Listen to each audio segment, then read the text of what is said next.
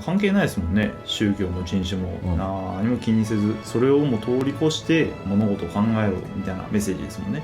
Imagine for the people。あはーですよ想像するだけで平和にはならないんだけどねっていうところで、厳しい言い方すると、いろんなことが好きだが、具体的な方法がないとね、差別の心がなくならないんですよね。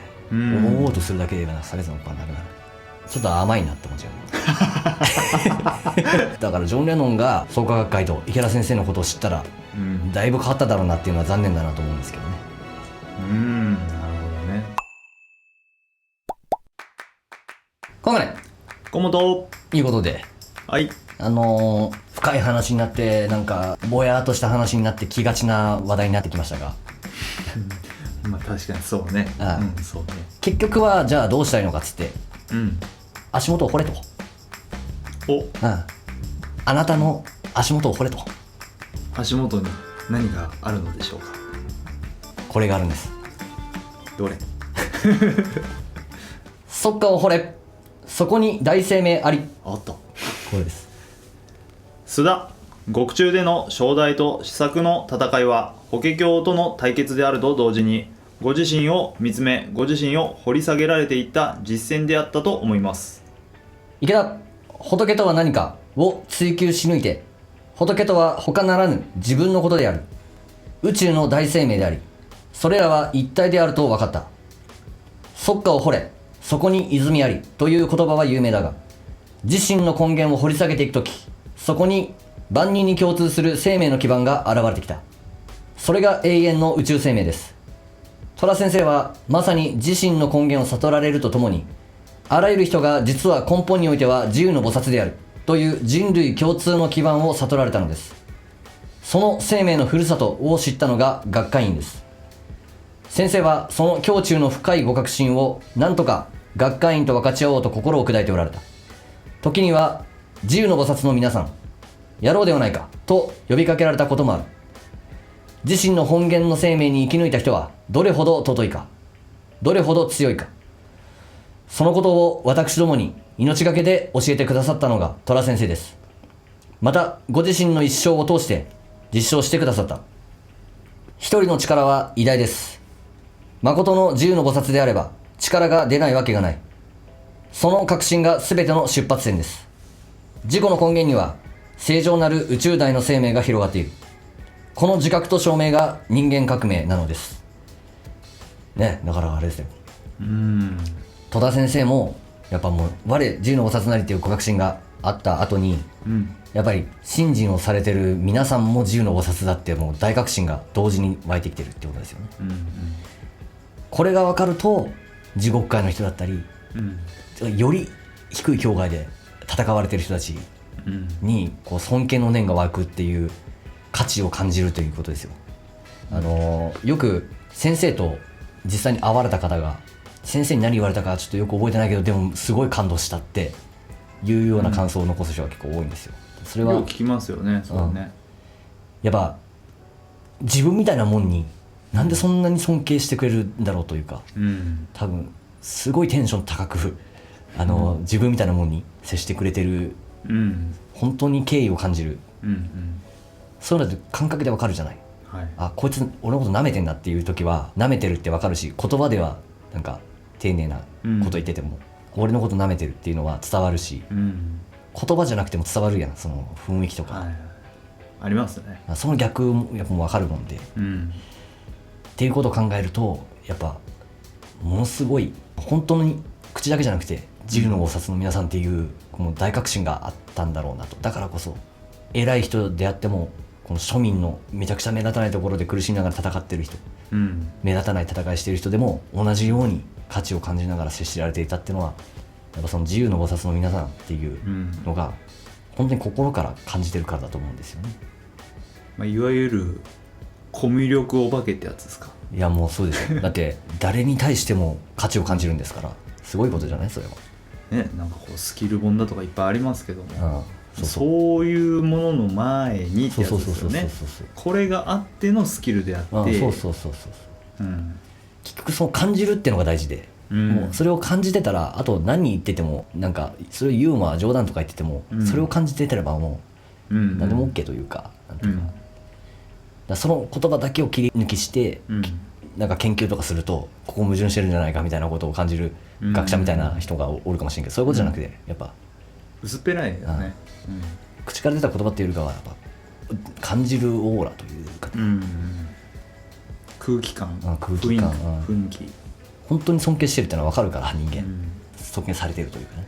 会ってみるとあっていう、そういう人いますもんね。なんか噂ではあんまり良くないけど、実際会ってみると全然そんなことなくて、そういうのも結構あるんで、やっぱリアルで会わないとわからないその熱量というか、絶対ありますよね、人間同士で。池田先生をよく思ってないような人がいたとしても、実際直接会うと、おおっていう、この人はなんかすごいっていう、なんでかって言ったら自分みたいなもんに価値を感じてくれるっていうか、自分に自信を持たせてくれるってことですよ。あ、自分にこんな価値があったんだって思わせてくれるような振る舞いをしてくれたというか、だから感動するんじゃないのかなと思うんですよね。なんせ人に対しての興味がすごいんでしょうね、先生ってね。そうだと思います。虎先生もそうだったと思いますし、じゃなきゃできんすわね、こんなのね。その振る舞いを見て池田先生も覚知されたというかね、そういう振る舞いが自然と的になっているっていう。スチーフニーの弟子っていうんだったら我々もいつかそうなりたいってことですけど、そうですね、これは頭でやろうとしてもなかなかできないので、第2段階目の悟りが必要だってことだよね。そうすると自然と思えるようになるってことだよね。価値を感じれるようになると。すごい。ここを目指したいですね。バンバン出せるようになりたいですね。そうですね。そして実際に池田先生と接せられたリスナーの方がいましたら、ちょっとコメント欄でね、感想を教えてほしいです。ぜひ興味がある。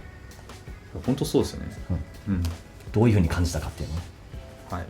すいません、ちょっと長くなりましたが、続いていきます。宇宙即慈悲の体現者。斉藤、この自由の菩薩について、音義伝には、戦争万木、自由の菩薩にあらずということなし、と仰せです。自由の菩薩というと、どうしても人を思い描くのですが。遠藤、生命を利益する働きのことでしょうか。音義伝には続いて、されば自由の菩薩を本下と言えり。本とは過去苦音の500人天よりの利益として、無視無臭の利益なり、とあります。池田、一つの指針は戸田先生の慈悲論にあると思う。そこでの結論は、この宇宙そのものが慈悲の統体であると。万物を生成し変化させ、生じ生じを繰り返させながら一切を生かそうとしている宇宙。この宇宙という大生命そのものが仏の統体です。無差三人の仏の統体なのです。宇宙の慈悲とは、本ヌの仏界の力友である。また、本ヌの菩薩界の力友であり、これが自由の菩薩の働きなのです。故に総じては、宇宙の生きとし生ける一切のものが神聖なる自由の菩薩なのです。別しては、この生命の方に目覚めたものを自由の菩薩と呼ぶのです。菩薩道は人間性の極致の行動です。それは根底において宇宙の慈悲の力友と一体なのです。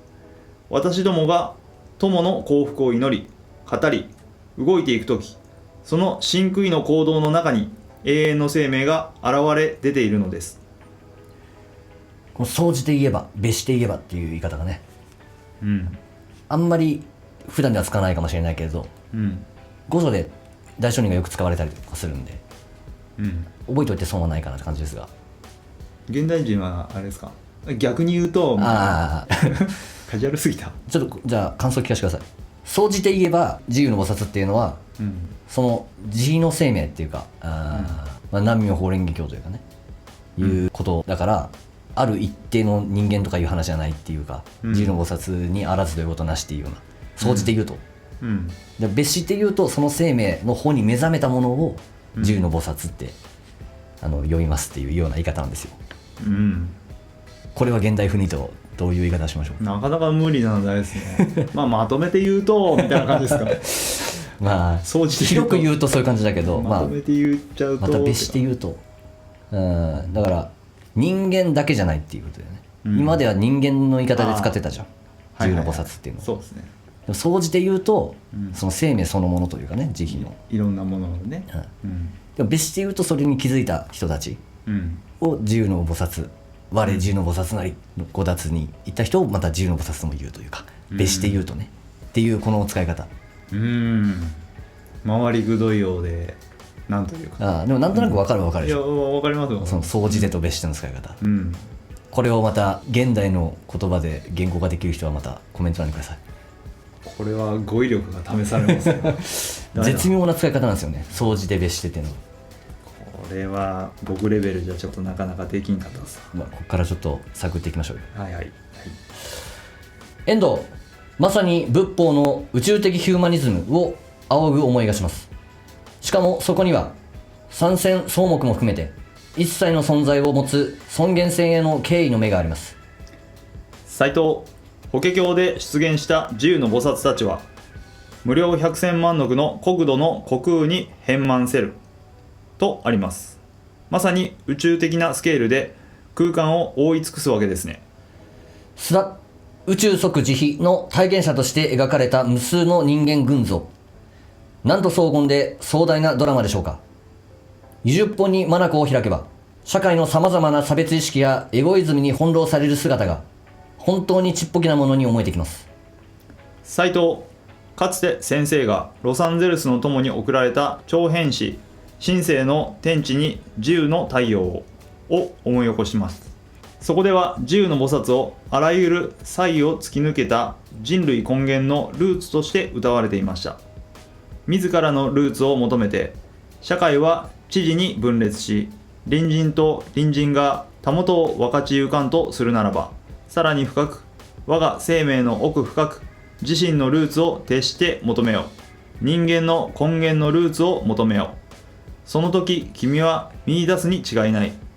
我ら古神の王帝に源として広がりゆくは自由の大地と。その大地こそ人間の根源的実在のふるさと。国境もなく人種性別もない、ただ人間としてのみの真実の証の世界だ。根源のルーツをたどれば全ては腹から、それに気づくを自由という。いいことね、ルーツをたどるって言って、いろんなルーツでこう民族主義的な考え方が出てくるというか、いうこともあるんだけれども、ルーツが白人だったり黒人だったりとかアジア系だったりとかいうようなところで終わるのでなくてということですよね。もっと掘れって。もっと掘れ、そうですね。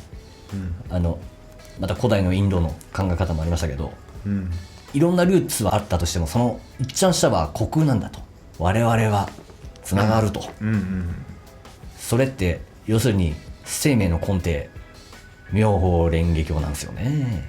っていうところでルーツが交わるっていう意味で全ては同胞だと、もうこのでっかい境外が作ろうよと、争っとる場合じゃないと。そうすればそういう全てが同胞なんだから、争い、そういうのが一般的になれば戦争どこもなくなるよねとかそういう話になってくるよね。だからもっともっとルーツを求めようと、池田先生はこうやって詩に乗せてメッセージを伝えてくれたわけですね。大事ですね。人類皆兄弟。そういうことです。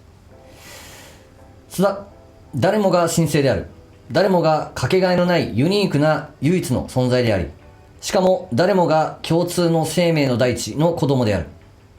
このことを教えたのがユジュッポンなのですね。遠藤、ロサンゼルスではその前年の1992年、黒人による暴動の悲劇が起きたばかりでした。白人の警官が無抵抗の交通違反者の黒人に暴行を加えた事件で、警察に無罪の評決が下ったことに端を発した惨劇でした。池田、差別は絶対に悪です。転倒の心は自他共の生命を傷つけてしまう。人種や民族に自分たちのルーツを求めてもそれは虚構です。砂漠に浮かぶ蜃気楼のようなものだ。人類共通の生命のふるさとにはなれない。むしろ他者との差異ばかりを際立たせ、対立構想の元凶となってしまう。今求められているのは人間間の変革です。これが変われば一切が変わる。人間よ、国家や民族のくびきにとらわれるな。また自分を無力な存在と思うな。物質の集まりに過ぎないと思うな。遺伝子の奴隷とも思うな。本来はもっと無限の大いなる可能性を持つ存在なのだと。本来人間は宇宙と一体の大いなる存在なのだ。個人の力は核も偉大なのだ。これが法華経のメッセージです。遠藤、だからこそ希望の経典なのですね。どうですか？ありがたきお言葉。本当ありがたい言葉ですよね。これはね、全世界の人が共感してくれる話じゃないのかなと思うんですよ。関係ないですもんね。宗教も人種も、何も気にせずっていうか、それをもう通り越して物事を考えようみたいなメッセージですもんね。法華経っていうのがこういうメッセージなんだって分かってる、日本もそうだけど、世界で何人ぐらいいるんだろうって思っちゃうから、多くはなってきましたが、それでもやっぱ少ないよ。いや少ないでしょうね。もう道徳教育に入れてくれよっていうぐらいの世界で、でも宗教の話を入れるとまたややこしくなるんだけどでもこういうメッセージを持つ考え方がある、教えがあると、いうことをまず声を出して伝えていかないといけないっていうことですよね。まずはね。この時は95年とかですけど、また次の世代も伝えていかないとね、次の世代に伝わらないんで、伝えるのが難しいっていうのはそういうところですね。まずは声出していくってことですよね。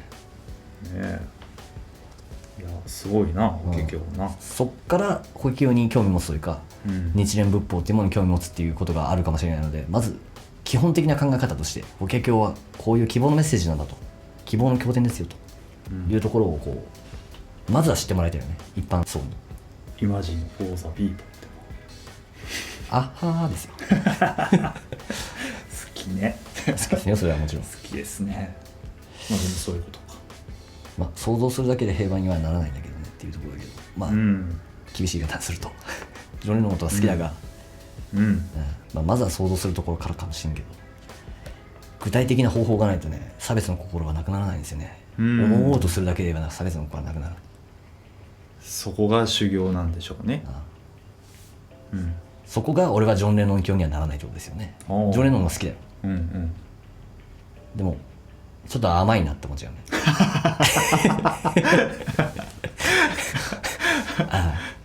手厳しいな先生。いやファンだけどね、大ファンなんだけど、だからジョン・レノンが創価学会と池田先生のことを知ったら、だいぶ変わっただろうなっていうのは残念だなと思うんですけどね。